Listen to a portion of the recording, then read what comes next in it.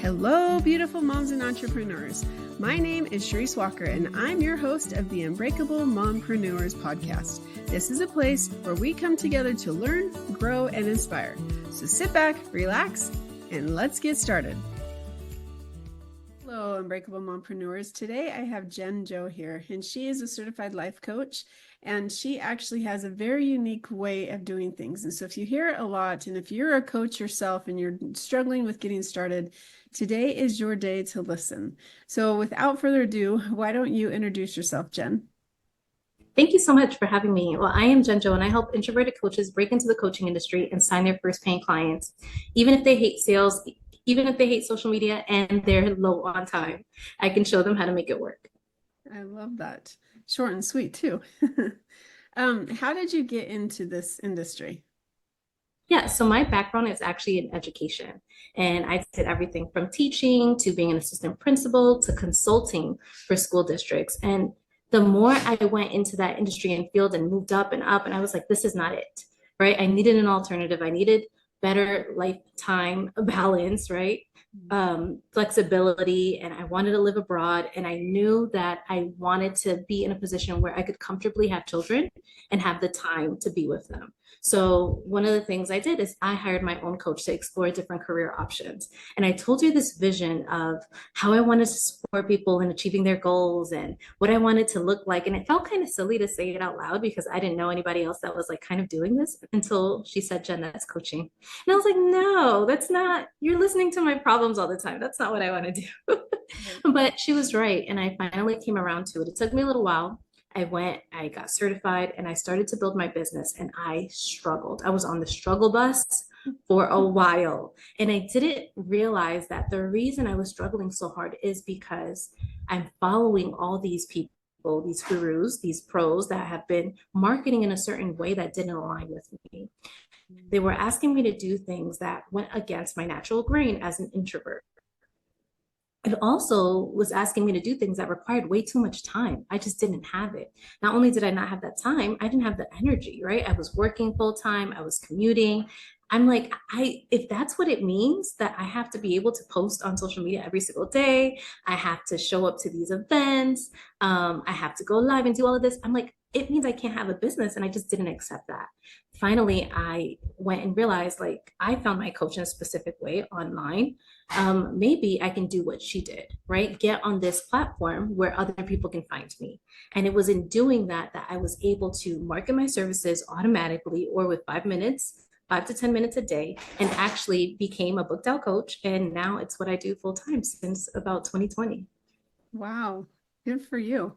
And you are living abroad right now, right? I am. I'm living the dream. I live in Mexico full time, and I just got back from a 3 week vacation in Europe. So the flexibility, the time that I wanted, that I was seeking, the balance, I have it now. That's Yeah. fantastic. Great. So, what are some of the techniques that you use that are different than the traditional? Because it's true, you're told post every day on Instagram or like pick a platform, only one, build that up, and then go to the next one. But what are some of your suggestions to do it differently to find clients? Yeah, and I don't think that's the wrong thing to do. I just don't think it's the fastest way. And it requires way too much time that someone starting out who has a full-time job, who maybe has kids, who has a partner, right, who has a social life, who commutes, they just don't have time and energy to be able to do that. So I actually teach my clients to, one, find ways to connect with people naturally wherever they're already going, right? So for me, that would have been my salsa classes. That would have been, where else was I in? I didn't really do much then. So it was really salsa classes occasionally, and then hanging out with friends and letting them know in normal conversations, showing my skills, right? Offering support in those circles. And then being places where your ideal client is already looking. That is the secret sauce. You don't want to start a whole new platform and then build it up and hope it attracts your ideal people, or you can do that on the side, but the faster way is just go where the people are. Right. So coaching directories for me was perfect because these people are looking for coaches. All I need to do is say, hey, I'm here. I can help you. I need to have my profile visible and available, and I need to actively engage on there so that people see me and can contact me. I love that. And it's smart, you're not wasting a whole bunch of time. It's super efficient. No, that's good. So, what's the difference between coaching and therapy?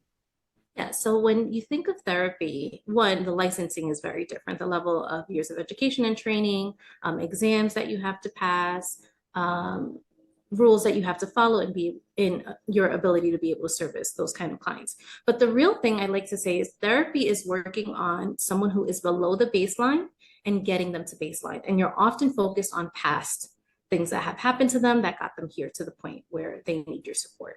Whereas coaching, we're taking people that are already at the baseline and we're helping them be even more successful, go further faster, right? We're supporting them in creating this new version of what they want to be. It's also an unregulated industry, so the requirements to enter this field are very different. Yeah, very different. And some of them, you really do have to do your homework. So how do you choose somebody?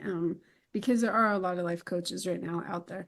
So how do you choose somebody that, like, I guess, for what you want to do? Yeah, so I highly recommend you follow them for a little bit if they do have social media platforms or any content that they have put out, or engage with them. Like, definitely have a consultation call with them and see what their experience is like, because you want someone who's aligned with the way that you want to do things. And I think that's where I struggled in the beginning, when I was following a lot of coaches that were doing things in a way that just didn't feel aligned. So then I was struggling. So you want someone who has the results that you've gotten. If it's something very specific, like building a certain type of business, like what I do, and someone who's experienced helping other people do that, not just gotten themselves those results, but have experience and testimonials of others who have done it as well, and who are doing it in the way that aligns with you, right? Because there's a lot of coaches for coaches, but the strategies that they teach might not be something that you're willing to do or able to invest in. And make sure that they're at the stage, or what they're teaching you is appropriate for the stage that you're in business. So one of the mistakes is, like, you see someone who's making multiple millions of dollars and you're like, oh my God, I want to follow them. I want to do what they do. And it's like, that's wonderful. But what the strategies that they're teaching might not be for the very, very beginner stage where you are at. I 100% agree. And I think that with the coach, because I've hired many before I started doing it myself. And, the words, I'll hold your hand every step of the way. That is just, oh my gosh. If somebody says that to you, they're lying, because you can't, you have to. What I'm starting to find is that a coach, you can do and want everything for this client. But if they're not willing to do that, like, how much are you going to keep pulling them along? Like, that's your job, to motivate them and to get them to go. But I really think that you need to be careful with what they say and what their promises are. And I love that you said that you need to follow them for a while and see what they've done. Because Yeah. they just claimed it for a while.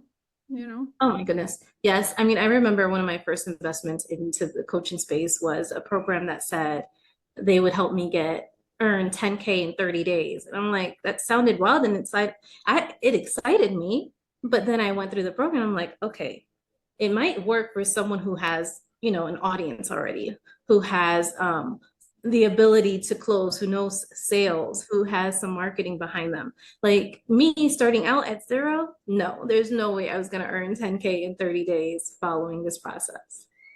And mine actually said 300,000 in 90 days. So 100,000 a month. And Wow. I don't know of a single person that did that didn't start out with an audience. And we even point blank asked. I mean, we didn't even know what we wanted to do at that point. And so for them to say, oh yeah, we can get you there. Yeah. Red flag, red flag, red flag. Yes. And like, I think I love my promise now. It's literally for people who are at zero or brand new or haven't signed their first client. So maybe they signed one or two. And I say 6 in the next 6 months, because one of the things that you don't realize is all that's blocking you, right? That I'll hold your hand through the process. I'm like, no, I'm gonna be there for you, and I don't know what's gonna come up, so I'm only gonna tell you 6 within 6 months. Have people done more? Yes, they've done 20. They've done 25, right? That's possible, but I don't know where you're coming from. So I'm like, at baseline, if you're at zero, I can at least get you here. I love that. So what are some of the issues? Because a lot of people, I mean, all the coaches that I've hired and done, they don't start at the baseline where most people are. And so what are some of the problems that you have seen your clients struggle with to get started? Yeah, a big one is all of the imposter syndrome. that doesn't allow them to take the action. Mhm. It's like they will say, oh, well, I got busy with work and then life and the kids and this and that. And it's really at the core of it, there's a lot of self-doubt that's getting in the way, right? The mental, yes, the thoughts. And it's really a huge fear of, if I charge this person and I take their money, can I deliver the result? Right. And I love that that's a concern, because I'm big on integrity. I mean, my background's in education, like I want to serve people well. So one of the things that I help my clients do to actually work through that is create what I call a practice container, right? So I'm like, you know what? You have all those doubts and all those questions about whether you can help someone because you just haven't helped enough people. So let's take the stress of the payment away from it and let's just practice the skill of coaching. And that's where I feel like a lot of certification programs fail, is because there's not enough practicing with real people. It's a lot of peer coaching, right? Like, but the whole time you're peer coaching, you're like, well, I wonder if they think I'm asking them the right questions, rather than just being in the total space of I'm the coach and this is my client. So having practice with that, then at the end of it, you say, oh no, I know I can help someone, not just in theory, but because I help Jane, because I help Michael, because I help Sam, right? And I help them get these specific results. So when you are marketing your services and you are talking to someone, or you make your profile on a directory, you know exactly the kind of results that you can help someone get. Yes, one of my most favorite coaches that I paid, and I do have no complaints about what I paid her or what I have paid her, which has been a lot, because she actually took her program and she, for free, coached 40 people to make sure that her program worked before she actually launched it. And so that to me was integrity, and her program is worth over $1 million, I think. But there's other people that clearly they literally said, I want to buy this $2 million home. And so how many clients do I need to get so I can buy this home? And that was his focus. His focus was not on taking care of these people. And so you really do have to be careful. And I honestly don't know of a lot of people like you who say, hey, I'm going to take you from 0 to something else. You know, I love that you're at the age of 6, right? Because it's a lot easier to work with someone that has some foundational skills. Right. It's a lot easier to help someone make more money if they've already made money. So it's easier. But I know the struggle that I went through and what overcoming that and being at the space where I'm doing this work full time has provided for me, the lifestyle that it's given me, the freedom, the time, the flexibility. And I'm like, I want other people to experience this. Yeah, that kudos to you. I mean, really. Yeah. So how much, and I don't want to ask your cost because that can be if somebody's interested, but how much should somebody look at investing in themselves in order to, or should expect to invest in themselves in order to be able to get their program up and going? Oh, a new coach? Yeah. I think the willingness to invest is like how much they're willing to invest is a very personal question. I think the problem that I see with their investments is that they want to invest so little, yet they want a huge return. Right. And it's like, no, that's not how it works, right? You can't invest in a $500 program or $27 ebook, several of them, and then think that you're going to be able to run that or learn enough from that to be able to do your own thing and have a business up and running. Like you don't know what you don't know. So you want to invest in something that feels more complete for the stage of business that you're in. And I'd say, yeah, that's going to run you a few thousand in the beginning. And I think the problem that people have with wrapping their head around investing in that is sometimes because they're like, well, I already invested in my education to learn the skill of coaching. This should be enough. Right? I already invested a few thousand here to learn the skill of coaching in my coaching certification program. Now I should be able to use that. But that's not how this works. You're building a business. You invested in learning the skill. Now you need to invest in learning how to run a business. Yeah. Right? What they taught you in your training program was only for you to be actually able to coach the person. It's not how to build a business doing this. No, it's true. And I look at it like I'm training for this marathon I was running yesterday. And I'm thinking, okay, because I had to stop for a while, these massive injuries in my legs. And so I've never run a marathon. I don't even know how to eat for a marathon. I went and talked with a nutrition. She's like, you are not getting enough protein. I'm like, how much am I supposed? Like, I knew nothing about it. And so it makes sense that I should hire a coach to do that. However, I'm like, well, all you have to do is run and get to the finish line and you put stuff in your mouth. It's not a big deal. So I have not hired a coach for that. the dumbest thing I could ever do, in my opinion. However, I had no problem at a point in my life where I was dropping 25,000 for multiple coaches, and they got me nothing in terms of, I mean, great friendships, great networking. We joke, there's a group of us that we bought our friends, like we were really expensive friends because of that. I had a friend who said that about going to graduate school. She was like, yeah, that's my $20,000 friend. But yes, that's how I feel about a mastermind that I was in. Like I walked away more so with the relationships, like quality relationships. So there's always a silver lining, but my point is, like, you have to be willing to invest. And this marathon, it's a surefire thing. I know I'm going to be able to cross that line if I know what I'm doing. And if they give me a meal plan and they tell me how many miles I'm supposed to run a day, it makes sense. So for you, it's like, it sounds like your program, there's specific steps that you have to take. Whereas Yes. other programs, sometimes they charge you 25,000, but they expect you to do everything on your own because you should already be at that level. Yeah. And starting out, you're not. You're not. And that's why one of the reasons I call myself a mentor, right? A mentor to new and aspiring coaches.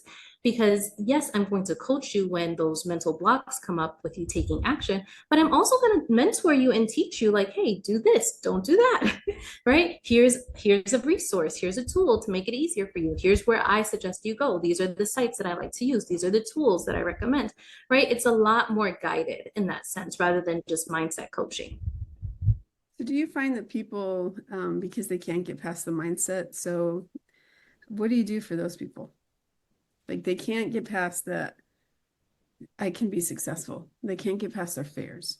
How do you Yeah, get them we out of start that? small. We have to start small, right? And the program is designed in that way that we are starting with people that it feels very safe and easy to go and talk to about what you do and offer your support. We take the money aspect away. We have you coach them for several weeks for free in a very structured way. Like, hey, this is what you do in session 1.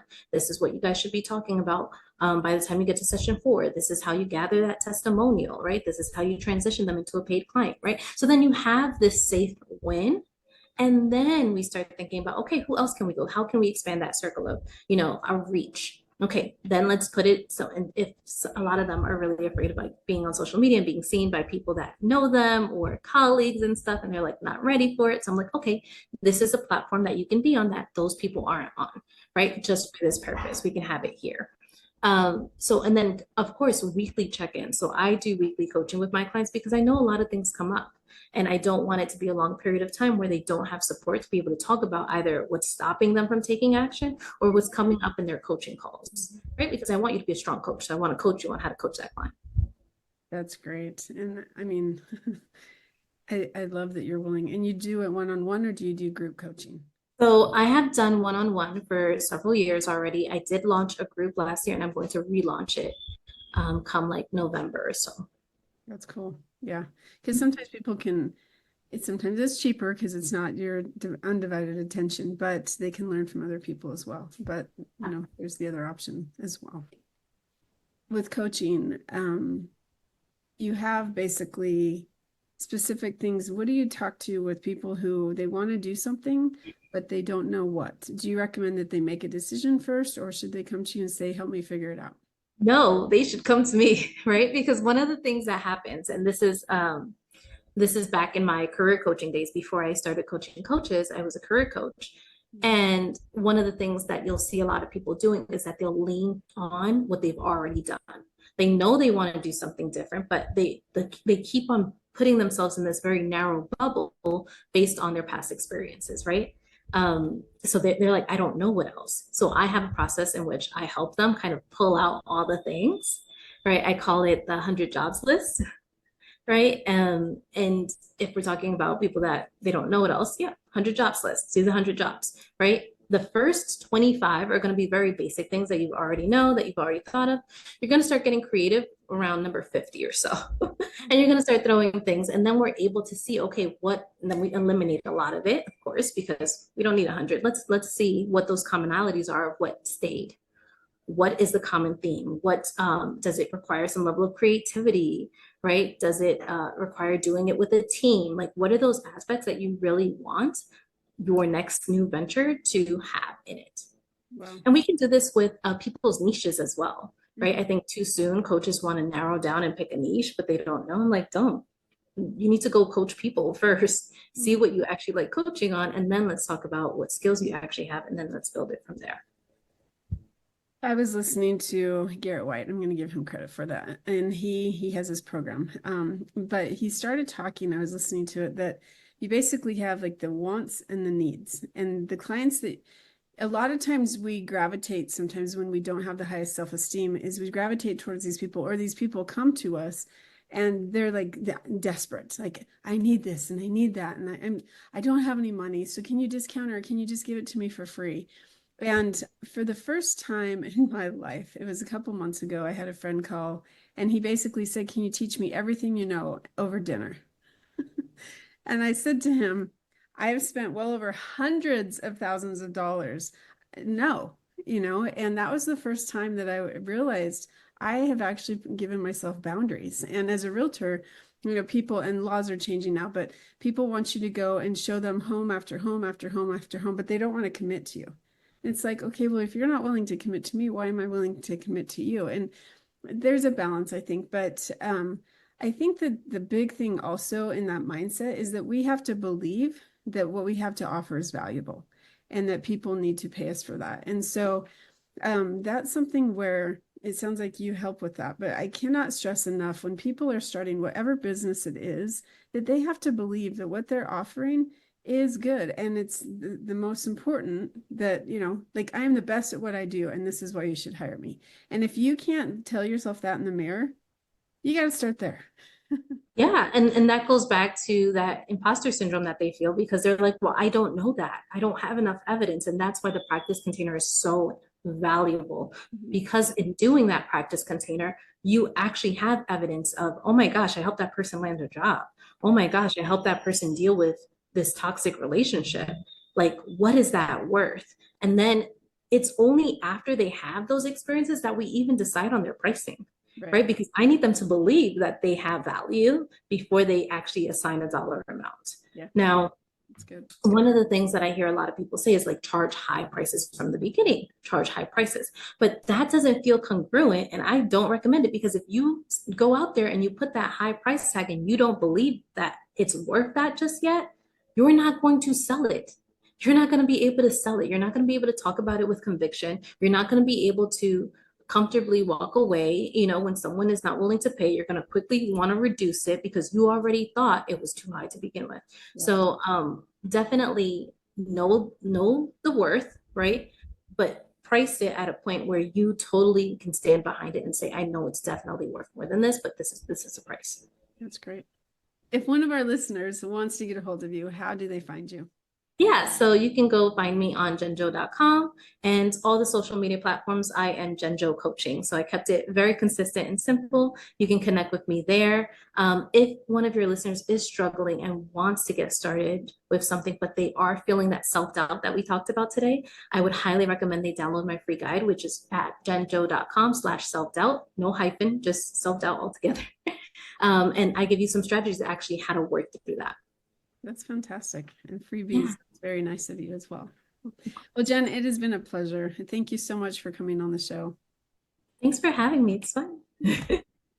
And moms, if you are trying to figure it out and you're just getting started and you don't know where to get started, like, I can speak from experience that you just, if you don't figure it out, in 3 years, you're going to be the same place that you were 3 years ago. So reach out.